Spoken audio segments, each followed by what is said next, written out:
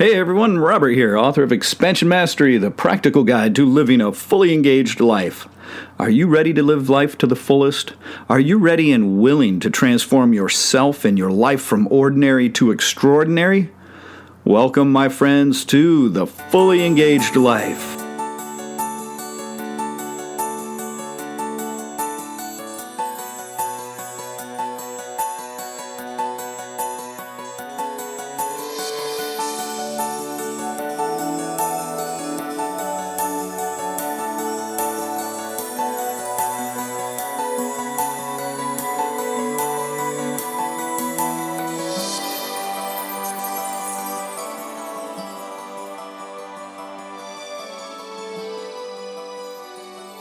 Welcome back to the show, everyone.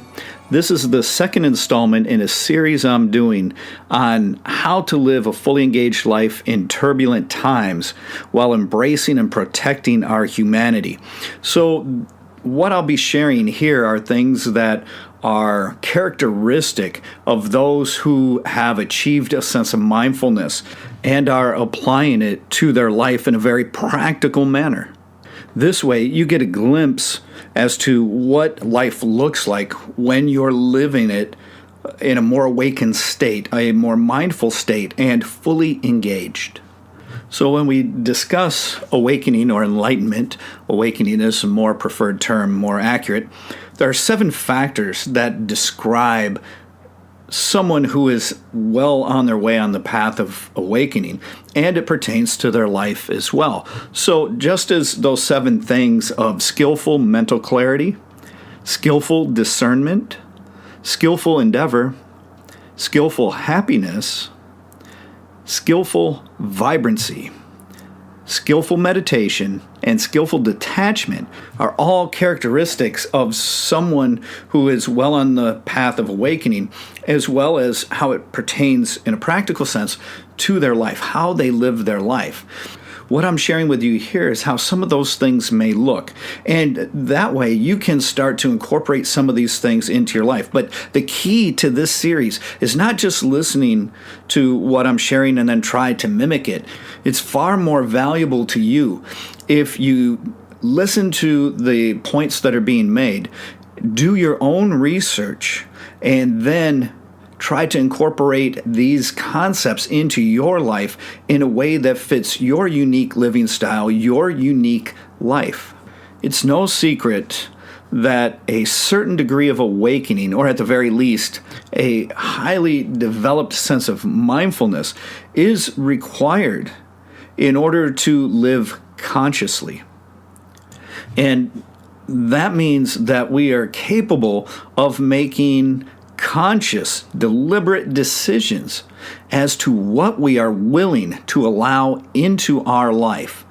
And that means what we allow into our body, and more importantly, into our mind.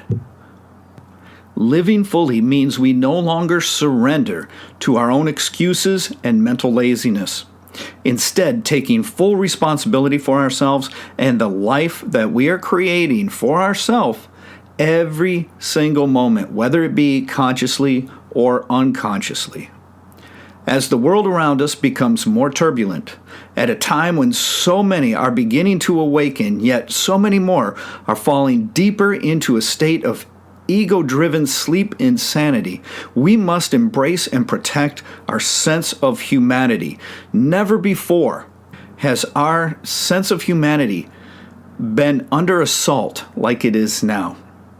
Having this experience as a spiritual being, experiencing what it is to be a human being, is an absolutely precious gift, and one not to be wasted, and one not to be traded in order to live as a technocracy.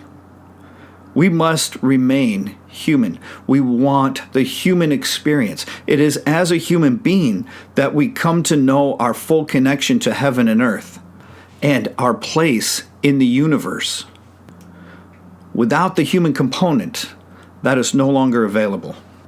In the previous episode, I covered the importance of paying attention to, being mindful of what we are allowing to enter our body through numerous avenues, such as inhalation, ingestion, and absorption. And I stressed how important it is to eat naturally and properly and seasonally.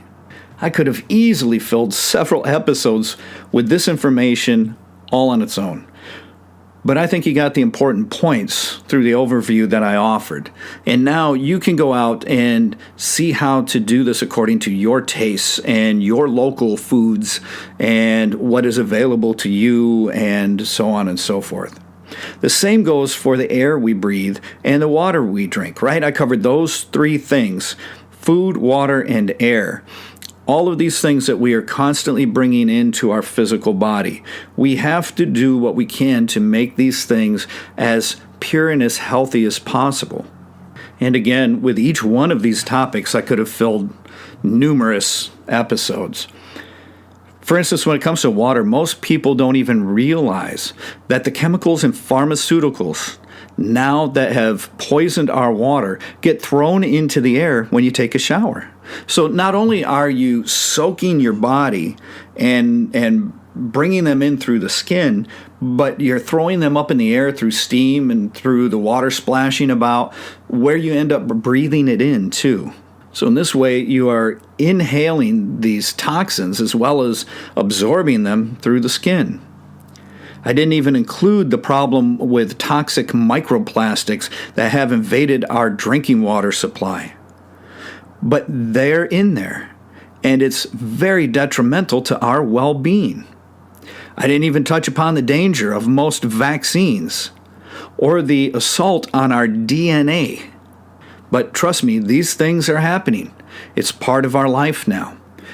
We must become more consciously aware of what we allow into our bodies. We must become mindful enough to accept reality and do mindful research as to what's going on. And then we're able to create an action plan that will allow us to counter it and remain healthier. I urge all of you, once again, to begin researching these topics that I'm sharing so that you're better equipped to make responsible, conscious choices for you and your family. And be cautious, because a lot of the information out there right now is disinformation. So make sure that you follow the source back to find out who actually wrote the research, who actually produced it, and who they work for.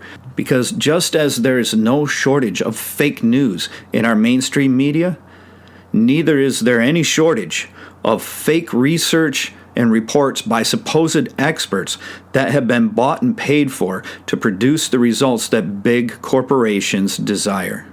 We have to understand that great physical and mental health is at the very core of living a fully engaged life, and it cannot be experienced without it. So in this episode, I'd like to cover the importance of mental health, and in particular, understanding how to be mindful and cautious of what you allow into your mind, as well as learning how to give your mind a break. These are going to be the two topics that I cover today in this episode. And this directly relates to great mental health. What I'm referring to here as giving your mind a break is the absolute necessity of meditation. And what I'm referring to here as what you allow your mind to take in, to receive, is directly pointed towards the things that you choose to hear and to see, to read, anything that would influence your mind and have you creating certain beliefs around has to be done very, very consciously. So let's first address the idea here about giving your mind a break. We spend far too much time in constant thought, especially over-concentrated thought. I can't help but recall the quote by Osho that goes, "The mind is a beautiful servant, but a dangerous master." Nothing has ever been more true than that. Most people go through life acting as a servant to their own mind, to their own ego. And this is known as the false master. And because of this, the mind has this constant, incessant chatter, right? The mind just won't calm down. People can't sleep. The mind's racing all the time. Well, this is not prudent for good mental health.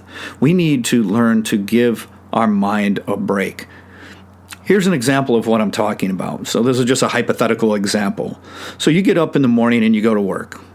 While you're at work, you're sitting in a chair most of the time, and most likely you're spending far too much time of your day typing away on a computer or using your critical thinking skills in some form.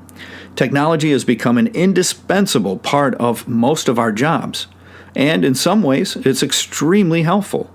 But in other ways, it's detrimental to our sense of humanity.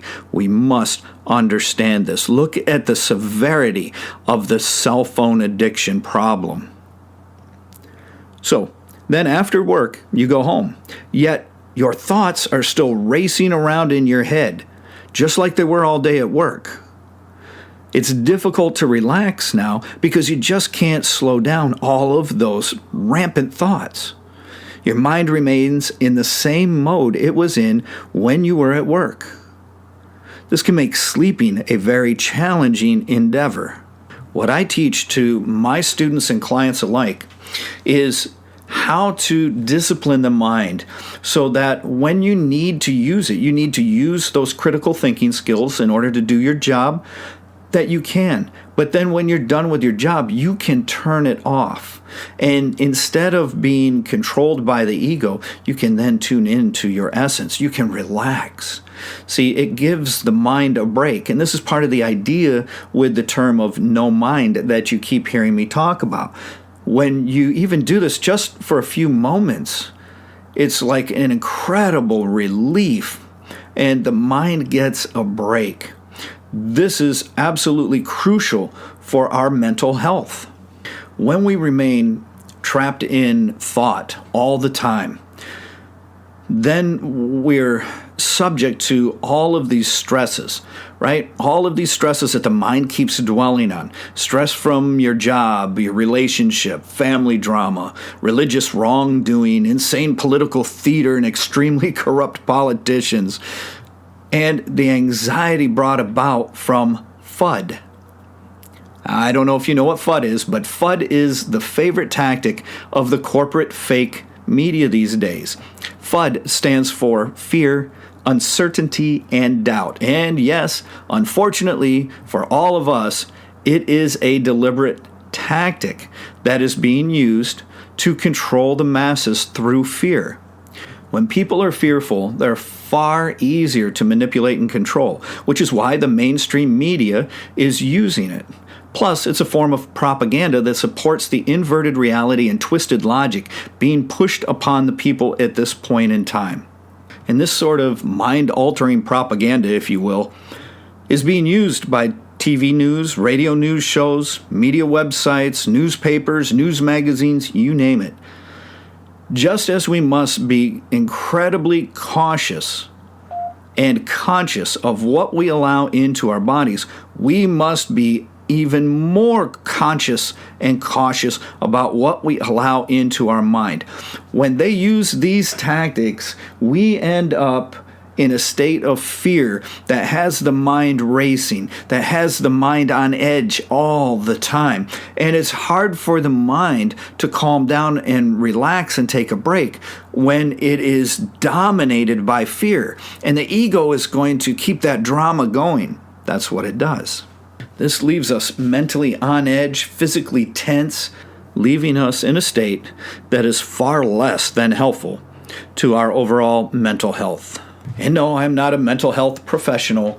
I'm speaking from a spiritual perspective here.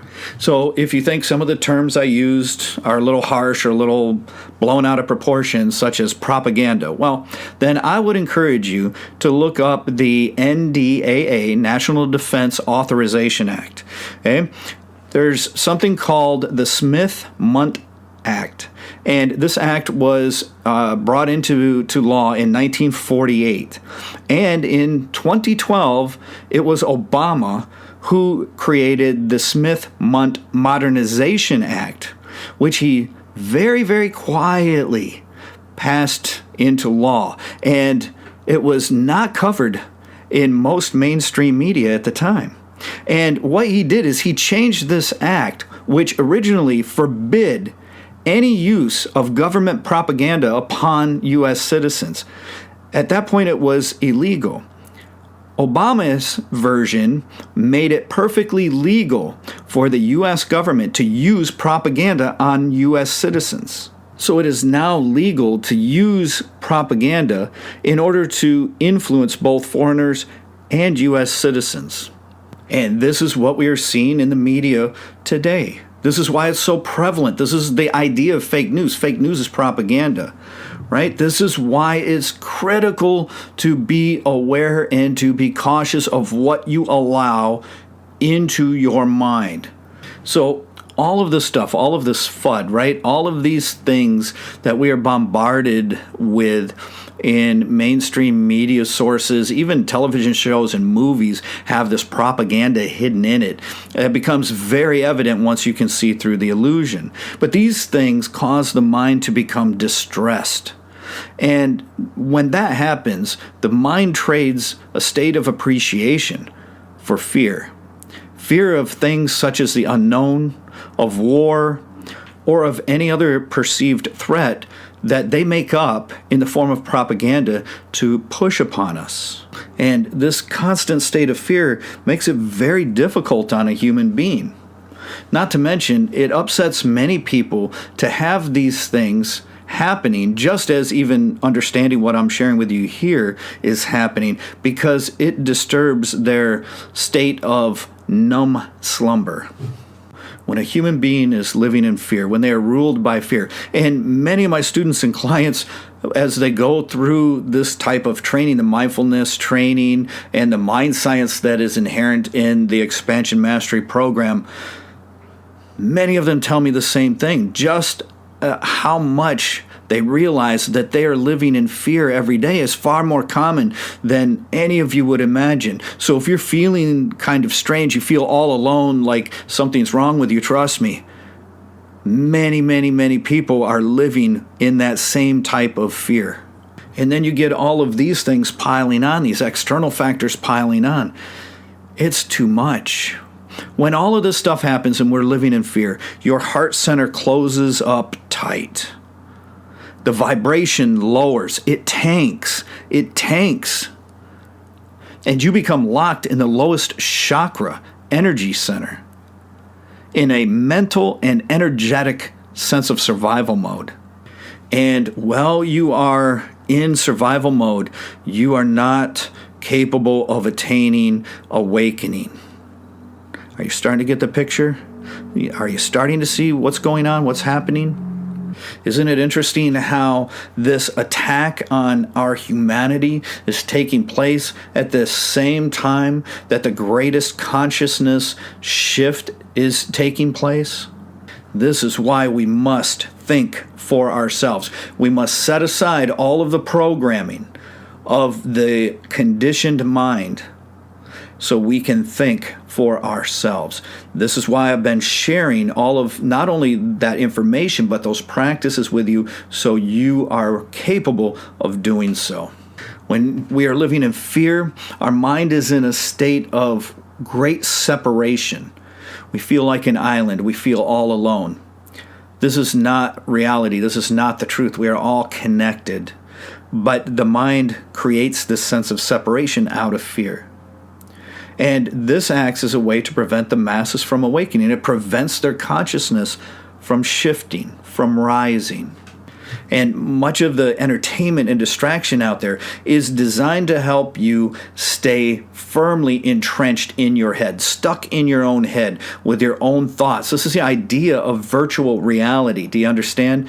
You end up tuning out the outside world, and you go deeper and deeper and more concretely into your own mind. And this is the interesting thing. As we do that, as our mind becomes more and more full with our thoughts and we become entrenched there, the more mindless we become.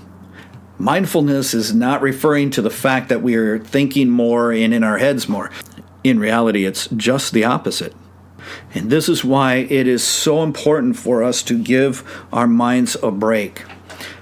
Meditation should be part of our daily activity no matter what. Whether you give it 5 minutes or 40 minutes or 2 hours, you need to be doing this. You need to have that time where your mind gets a break, where you can mentally exhale and relax, where you can free yourself from all of these thoughts and the fear and all of that. You need to be able to step outside of that. And you know, if you're listening to me right now, that's sounding pretty damn good, isn't it? Of course it is. You know that's sounding good. It sounds. Some of you may be saying, man, if only I could do that. I wish I could do that. Well, I'm giving you the way to do that. I'm teaching you how to do that. Okay? I've done that through the mindfulness practices, through the Appreciation Mastery program. You have the means at your fingertips. You just have to be able to be diligent enough to actually engage the practice. We also have to be very, very careful then of what we are allowing into our ears and our eyes. We have to be careful of what is making its way to our mind. We can't listen to poisonous propaganda. We can't listen to people who have an agenda to control us in some way. And all you have to do is look around. This is in politics. It's in religion. I mean, look at the state of severe corruption in both our political system and our religious systems today. Do you find it interesting that they're kind of going this way together? Do you ever think there was any real separation of church and state? You surely see that something's amiss. Something isn't right out there. And we must be able to step outside of their illusion. We need to step outside of their system. And if you want to know more about that, you can go back to the episode that I did on Escaping the Matrix, where I talked about this sort of stuff and help you to see through the illusions, the external illusions that are being placed in front of us and have been for 100 years or more. So we have to choose. We have to make sure that the things that we put in front of our eyes are beneficial and wholesome. We have to make sure that the things we are listening to are beneficial and wholesome. It doesn't do our spiritual practices any good when we're listening to violent, degrading rap or whatever kind of music or so-called music, right? And the same goes for certain television programs, you know, where they're extremely violent and all of these things. None of that is doing us any good. Do you understand? Those things are putting you into that same FUD type of area where you are living in fear. It's affecting your emotional state, your mental state. We have to become conscious of what we allow to come into our ears and our eyes, because it has a direct effect upon our mind. So in order to protect our humanity, to embrace our sense of humanity, and to never surrender it to those that would have it go extinct, we need to start paying attention and protecting our body and our mind. We need to pay attention what we're allowing to go into our body and our mind. And we have to make sure that it is only something that is beneficial to our overall well-being. And in regards to what we allow into our mind, we have to also take a look at vaccines and prescription medications, especially prescription medications, because they're very quick to throw everybody on a psychotropic or some other mind-altering drug.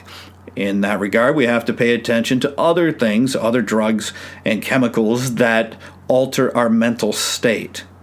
These things are not in our best interest. They are not in the interest of our mental health. So remember to think for yourself. Inquire. Don't be afraid to ask your healthcare professional, your mental health care professional. Ask them these questions. Chances are you're going to get a corporate-sponsored answer.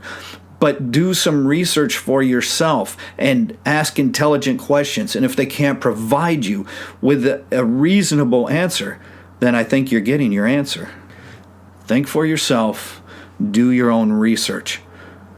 We as human beings were not designed to live with this assault on our physicality and our mentality.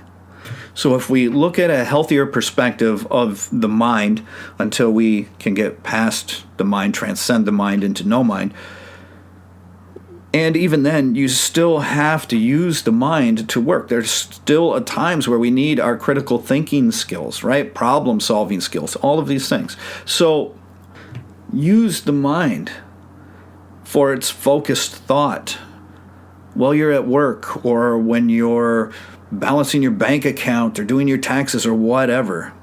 But then, upon finishing those things, do your best to turn your mind off, or at the very, very least, slow it down considerably. How can you do that? Through meditative practices and meditation itself. Easy. There you go. This is where things like meditative practices, meditation, and other spiritual practices come into play. When we become capable of stilling our mind, we feel a deep sense of tranquility. We get a chance to relax and just be. And human beings need this in order to maintain good mental health. So learn how to turn the mind on and use it as a useful tool instead of allowing it to treat you like a servant and it your master. Use it as a tool and then be able to put that tool away when it's no longer necessary. And when you are using it, make sure that you are thinking for yourself. Do your own research into the things that you need to stay healthy. And remember, where there is mind, there is ego. The mind is the very environment necessary for the ego to be. No mind equals no ego. This is one of the reasons why the ego continues to inflate to unsustainable levels right now, because people can't get out of their mind. So that means that, well, you're stuck in your mind 24/7. You are being dominated by the ego, and the ego is just inflating and inflating and inflating every time with more fear, more uncertainty, more doubt, more anxiety, more worry. The fear gets so intense that the ego continues to inflate. And when the ego inflates to an unsustainable level, insanity occurs. So we're no longer looking at simply the threat of mental illness that is present in the ordinary mind. And by this I mean the delusion and all of the things that the ego is going on. As long as our mind is dominated by ego, it is ill. This is what's meant by the mental illness. The ignorance, the delusion, all of these things are ills of the mind. And that's just a normal human state that we can overcome. We can overcome that stuff easily. But when the ego gets inflated to an unsustainable level and it pops, there's an insanity that occurs that cannot be corrected through meditation, spiritual practices, or anything else. It's a very, very dangerous situation. And this is why I bring up the topic often of spiritual self-protection. Protecting our body, protecting our mind, and protecting our essence, our spirit. It is the combination of mind, body, and spirit that allows us to have this experience as a human being. When you are living a fully engaged life, you silence the mind and experience the present moment from the perspective of your essence, your pure conscious awareness, not your ego, not your mind. Thinking too much all the time results in a state of perceived separation between you and everyone and everything else that is not real. This is not the truth of reality, or maybe more accurately, actuality.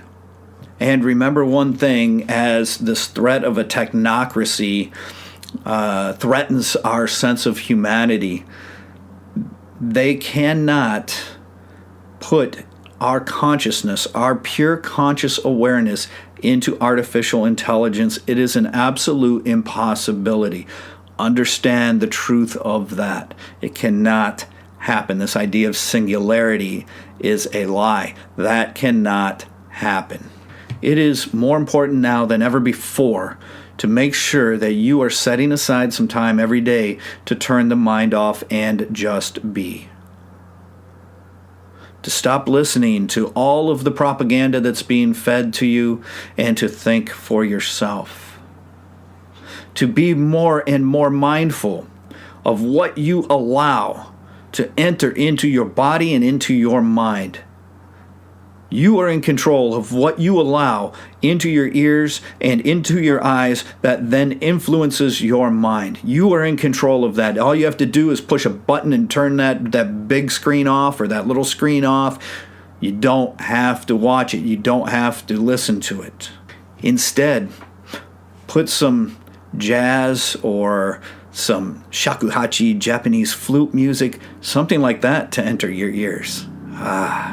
Yeah, that's going to be much better. Turn the TV off. Fill your eyes with the vision of the woman that you love by looking into her eyes as you have meaningful conversations. Step out on your deck and look across at the mountain peak across from you as the sun sets. These things will have a positive impact on your mental health.